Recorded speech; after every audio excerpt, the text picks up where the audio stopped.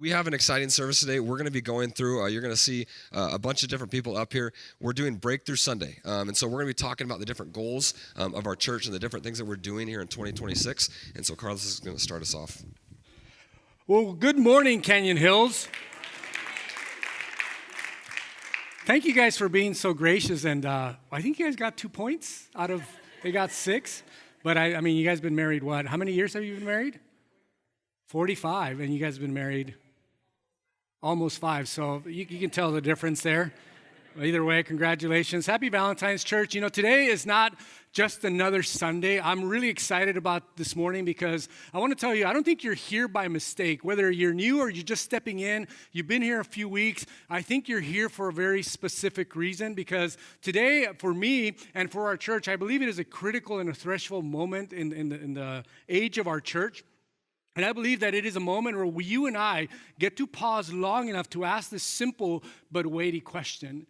And that is, what God wants to do in our church, what if what God wants to do in our church starts with you? And I really want you to let that sink in. What if whatever is going to happen inside these walls, outside of these walls, literally starts with you? Again, if you are here, whether you're new or you've been here 30 years, 30 plus years, I don't think it's an accident that you're here to listen to what we're about to say this morning. Because over the last few months, something has been stirring, not just in our leadership and our elders and staff, but it's been happening through our prayers.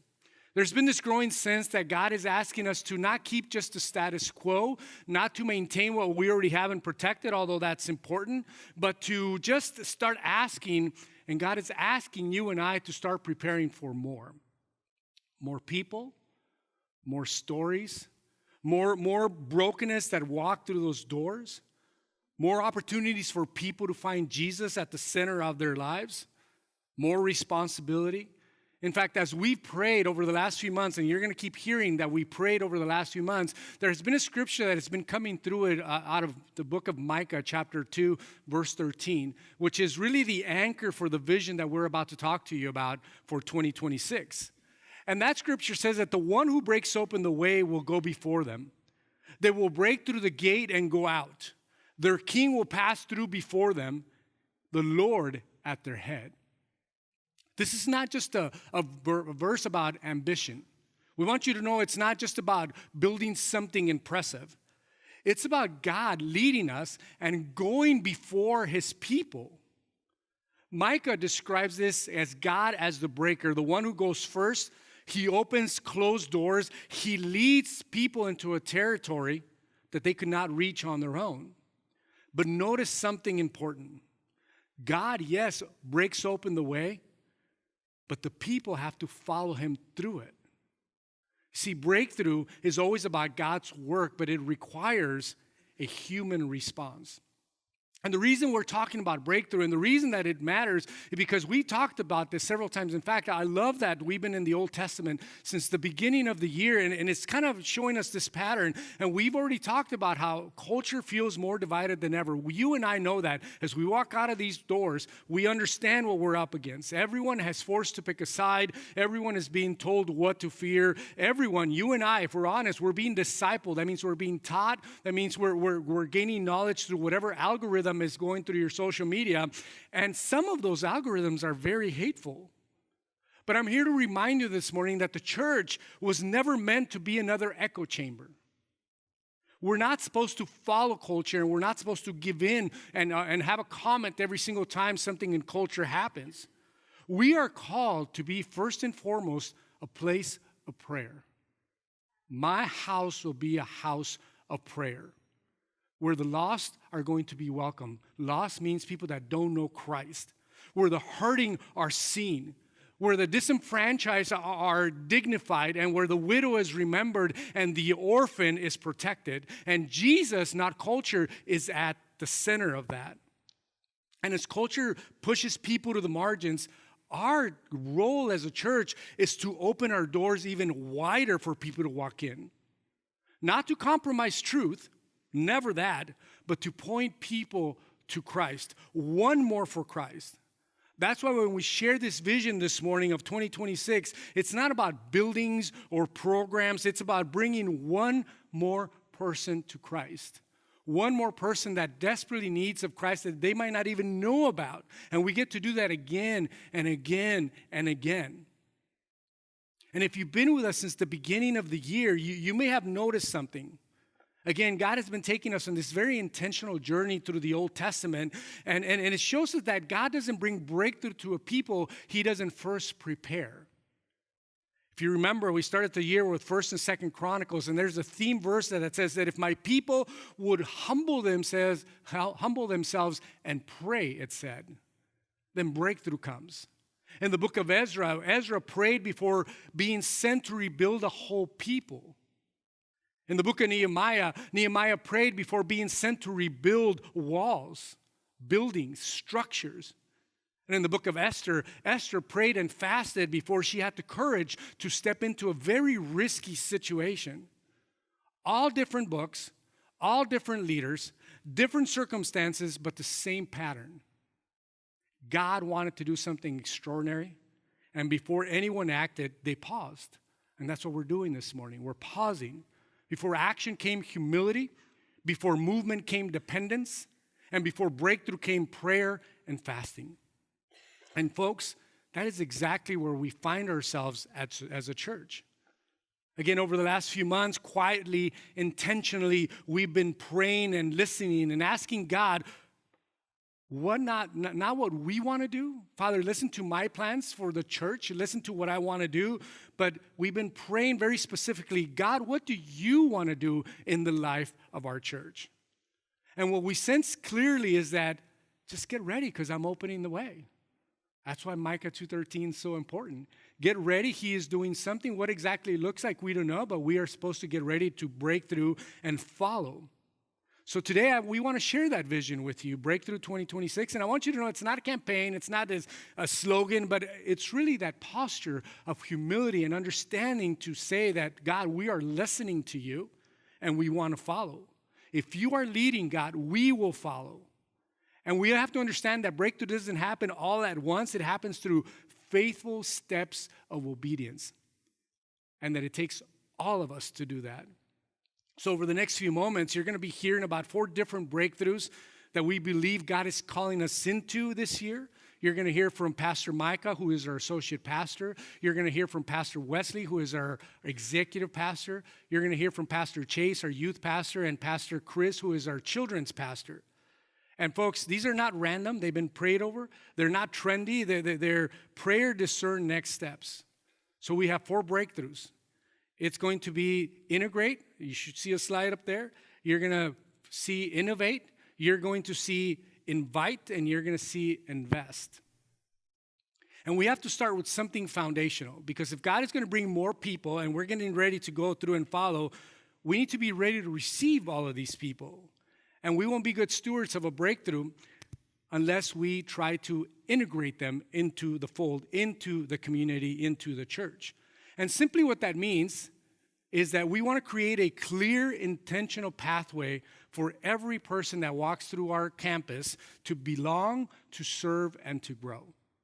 That means that we need to refine what we do for firstcomers. And we're talking very specifically about a Connect Lunch that has been our main connect point for a long time now, especially for newcomers. And as the main point of the new, we believe that it has to be inviting and engaging and welcoming for everybody that steps into that. And let me just give you some real quick reasons as to why that is important as a church. And maybe some reasons why you don't think about it because you attend church, you come here and you listen, and I think we all belong to the fold. But there's a real sense that as people who, like I mentioned, might be lost or are looking for community or are hurting and are stepping into our church, they don't stay here because people are impressed. They stay here because they are known. Most people don't leave churches because of the theology. I believe we have sound theology from the pulpit, but they leave because no one knew their name. Growth without integration leads to spectators and not disciples. In fact, statistically, many churches retain less than 1 in 5 first-time guests beyond a few months because if they're not known, they leave. In fact, it says, the statistics say that it takes at least six relational touch points if they're going to stay here long term. And the lack of such touch points predicts that they're going to leave around the 6-month mark. Where does that put you and me? That if we're not welcoming people, if we just kind of go out there and we just have our cliques, and it's a beautiful thing to have community, nothing wrong with that, but we're not looking for the new, those people are not going to have their 6 touch points, at least 6 touch points, and not feel welcome. That means that churches that help people, newcomers, get those 6 genuine relationships in the first 6 months will probably become part of your family. And I will tell you, for me, I about 20-something years ago, I stepped into this church. I like to joke around that it's the exact same chairs. They're old. We wash them, by the way. We steam clean them and all that. But they're the same chairs. And I was not known. I actually sat in the back like some of you do, and then you hide, and then you kind of sneak out of here. And somebody came to me and says, hey, their main connect point at that church, at this church at the time, was like, come join us to play basketball. And I didn't want to get involved. I didn't like all of those weird Christians at the time. And I was too cool for them, obviously. But that guy never gave up on me. And I finally said yes. And I went to play at the Christian Church League, and there was nothing Christian about that league. I got hit in the face twice. I got an elbow to the head. And one of our guys got a technical and got ejected from the game. But that's a different story. That was the first game I was there, and I go, these are my people that we're going to... Folks, some of the relationships I formed then, I still have now, and some of those people are still at this church. My point to you is that we don't want a bigger crowd. We want a bigger family because people need it. I know I joke around like I didn't need it, but I was looking for community. I just didn't know exactly what it was going to look like. We want people to find community, and in that community, we want them to find Christ and draw near to Christ so that they can lead their families, so that they can sustain the attacks of the enemy, so that they can sustain everything that's going on in culture. That's why it is so important. So all we're asking, and you're going to be asked several times today, is that as we speak and something draws your attention, is that you would just kind of sign up for one of our interest meetings. There's going to be 4 interest meetings for the 4 different breakthroughs. And for the sake of Integrate, I'm going to have an interest meeting to talk about how can we revamp that first touch here at the church, which is a connect lunch that we're going to use to welcome new attenders so they can learn more about a church. And I want you to come in there and help me envision, help me plan. We're not asking for money. We're just asking for your ideas, your talents, your gifts, so that we can all get an idea of what it can look like. So basically help us refine the pathway. Because breakthrough doesn't just happen on a stage. It happens through relationships. So think about those interest meetings that we're going to talk about later on. And as we prepare to receive more people, the next question becomes, what will they experience when they arrive? And that's why the next breakthrough is called Innovate. So I want to invite Pastor Micah to come up and lead us in that next step.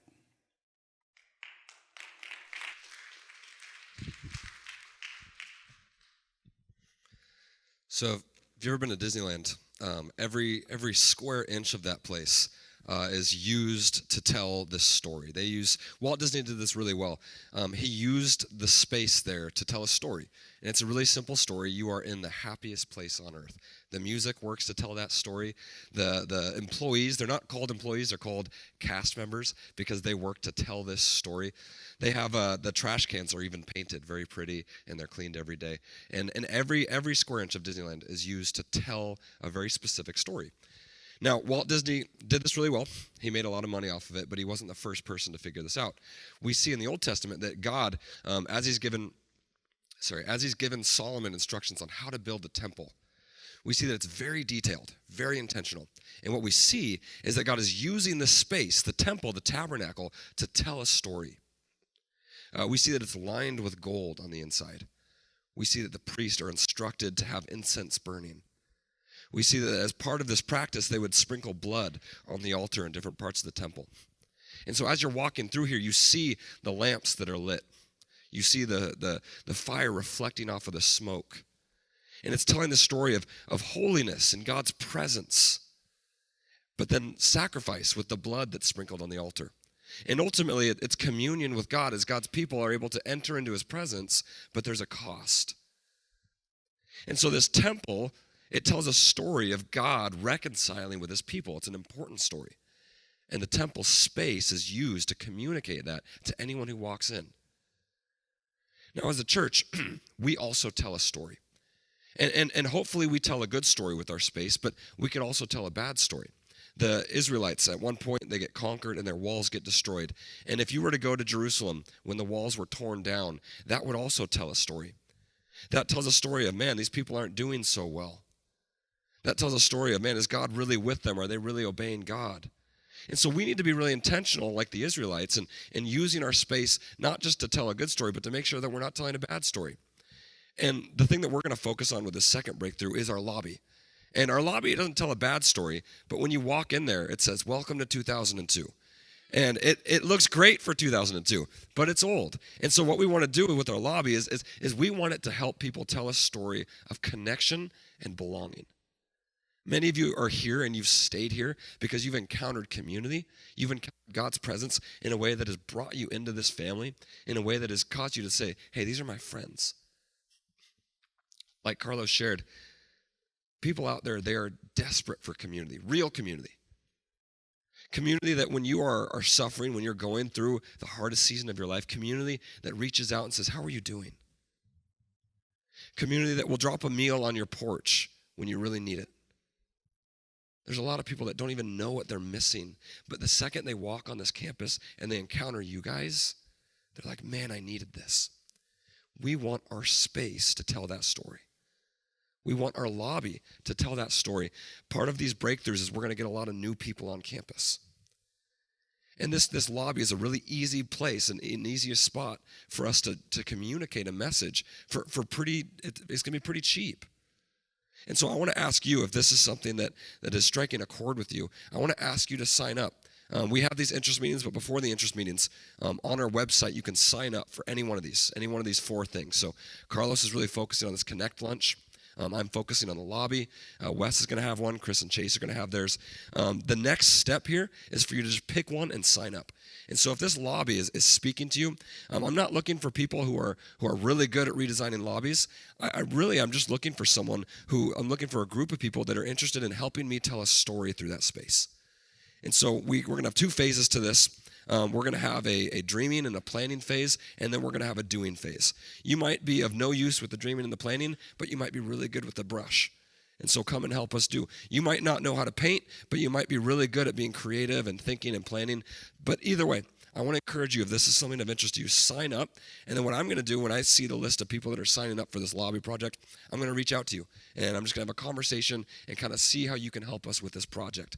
And then after that, we'll have an interest meeting where we show up on the serve day and we start dreaming. We won't build it on the serve day, but we'll start looking at the space and we'll start talking together and we'll come up with a plan.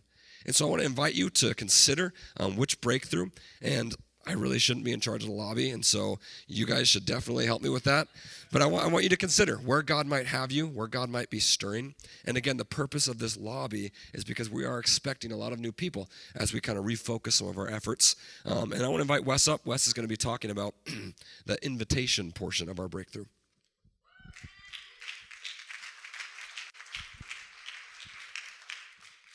Good morning. So as we talk about inviting people, I want you to think about who invited you. Who was the person God used to bring you into faith, into community, or into this church? Sometimes when we talk about inviting, we think about evangelism, about converting people, and we start to get scared and think about all the obstacles or pushback we might receive about us or about Jesus or the Bible. But the reality is most people come to church because someone that they trust invited them, a friend, a neighbor, a coworker, or a family member. The idea is we speak about inviting to church is to courageously show the love God's given to us and share that with somebody else.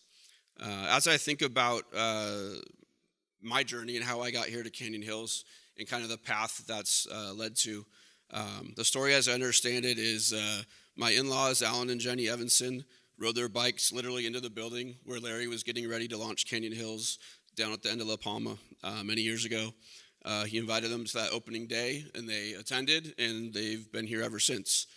They raised their family here, and their daughter Allison invited me to Canyon Hills. I joined her, and I've been here ever since. We raised our family here. Our daughter Giselle invited her kindergarten bestie, Emma McGinnis, to some kids events and some youth events. And over the years, her family came, her siblings, her parents, Mark and Julie McGinnis. Mark's parents, Gary and Renee, have been attending. Gary brought his brother Chuck. And there, as you see, all these people on here have come out of a simple invitation where they were faithful to what God put on their heart. Giselle and Emma continued at the youth group. Luke Cornelli came along, and he's now one of our youth leaders. Bailey Molina started to attending. She's now our youth intern. And all the names you can see was just through faithfulness. It wasn't through hanging door hangers or a church email campaign. It was spending time with people, getting to know them, which led to relationships and led to invitation for those we care about. And I know all of you have a story like that. Someone invited you, and you've continued to do that throughout the years. That's why you're here. The important part of this is that God has used these relationships to change lives. We are one invitation away from someone's breakthrough. We all know currently someone who's lonely, depressed, suffering with anxiety, financial troubles, maybe church hurt that they've experienced and walked away from the Lord. So what are we going to do about that? We are going to have an entire month committed to friends and family. We are going to start by asking all of you later this year to bring that person, write their name down. I'm sure most of you already have that person in your head right now that you know. Is that family member that you've been praying for years. It's the neighbor, the coworker that you've been praying for that opportunity to share with them. And we are going to have a kickoff event. It's going to be a barbecue competition, pickleball tournament, kids event with music and everything. And on March 22nd, we're going to have a meeting after church, and I'd like to invite you, if that's something, whether you're someone who has the hospitality skills or just like to make people feel comfortable, if you like to cook, if you like to help, I'd like to ask you to join me on March 22nd. You can sign up online. And speaking of inviting, I'd like to invite the next two people up. One is a pleasure to work with every single day, and the other is Chase. What a punk. Howdy. That's Chase, by the way. That's me. I'm Chase. Yeah. How's it going? How we doing? All right. Some of you are awake. I'm Chase. I'm the youth pastor here. And I'm Chris. I'm the children's pastor. And we're here to talk about the final piece of our breakthroughs for 2026. And that is the word invest, which means the church getting together to invest in the next generation.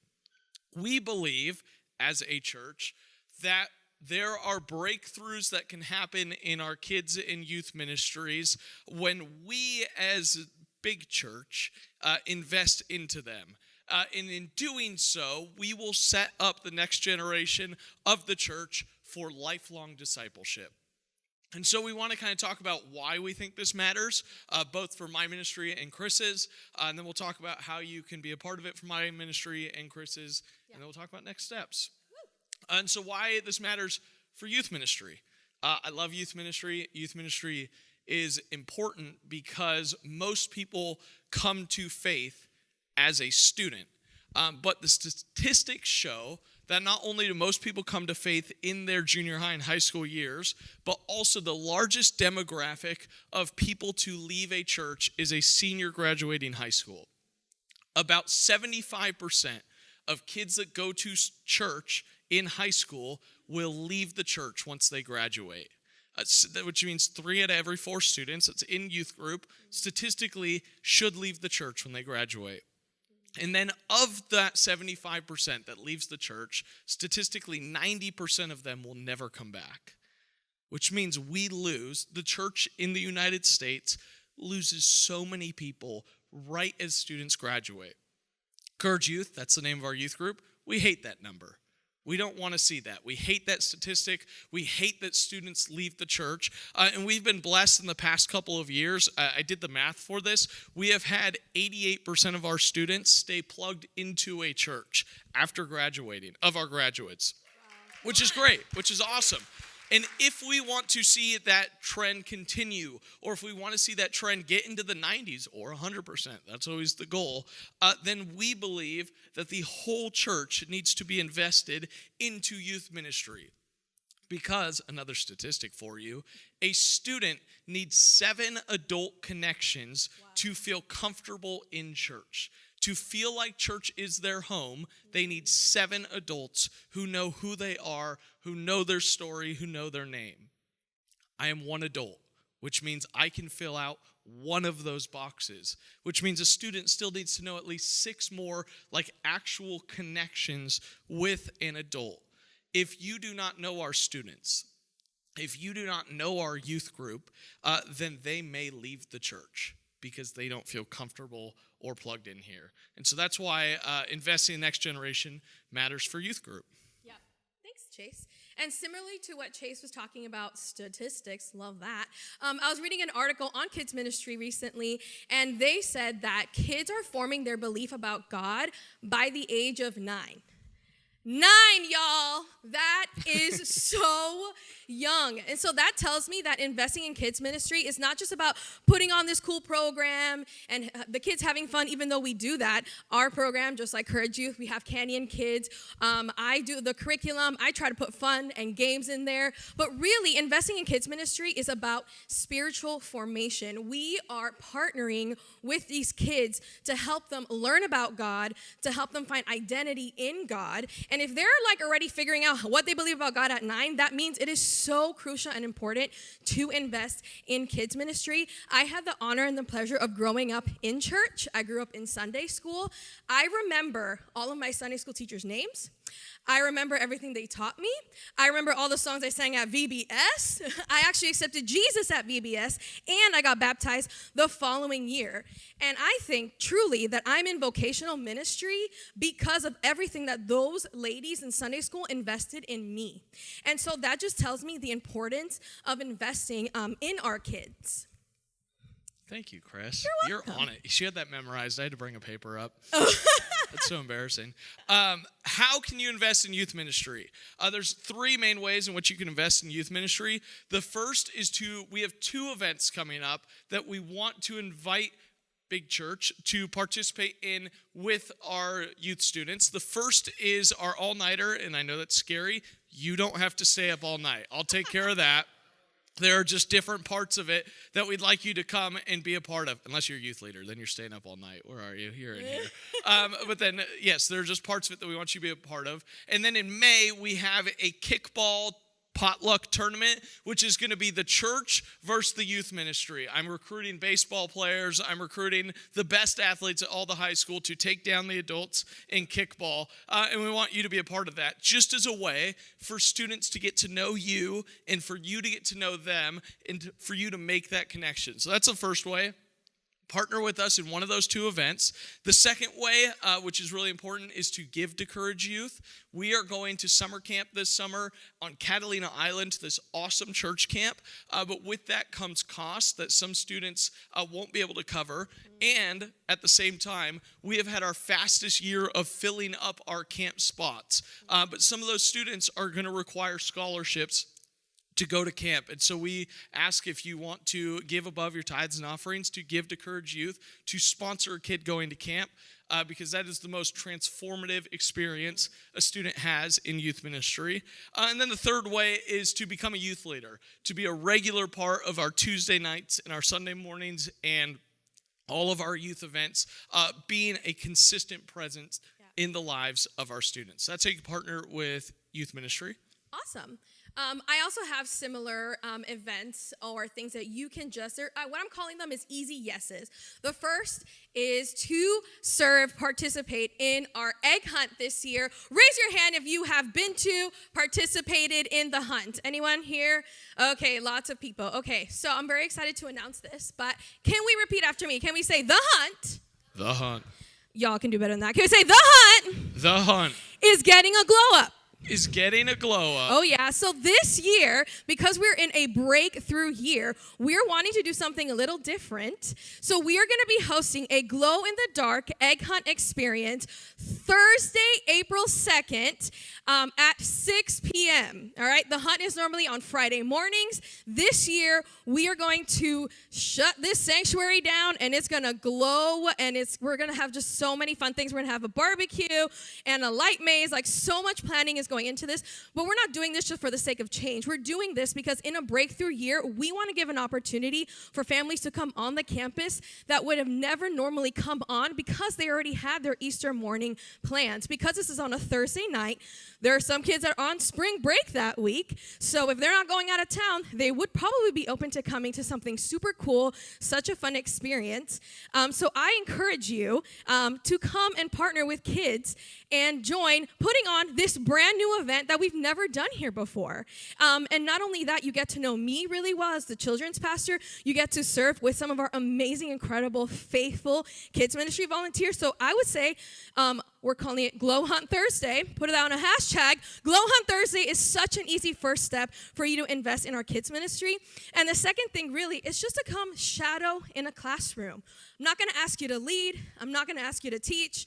I'm just going to ask you to come into one of our classrooms and just observe what they do. See how our teachers are teaching our kids. See how the kids are interacting with each other. See how they're asking questions about Jesus. And I think that is such an easy ask. And really see, I feel like once you're in that classroom and you see the need and you see how beautiful this ministry is growing, I think you're just gonna wanna jump in. That's where my heart is. So that's how you can invest in kids. Fantastic.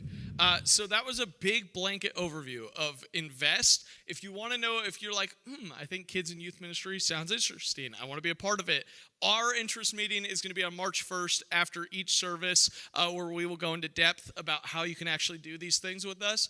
So there's a QR code. There's a bunch of ways to sign up. We'd love to see you March 1st so we can actually talk about how you can invest in the next generation. Perfect. And now let's welcome Carlos back up. Woo! Wow, way to bring the energy, Wesley. Where's Wesley? So here's our ask, folks. First of all, I'm so glad that you're here. We really have been praying through this, and there's no better way to bring this to the whole congregation but to do it on a Sunday. It is a priority for us. We believe that God is asking us to engage every single one of you in this, and it's going to take all of us. We're asking you to step into the vision. I'm asking you to jump in. I'm asking you to get engaged. Don't just come on a Sunday, and that's good. That's important. But build community and care more about those people that haven't yet met Jesus. And you don't have to wait until these interest meetings.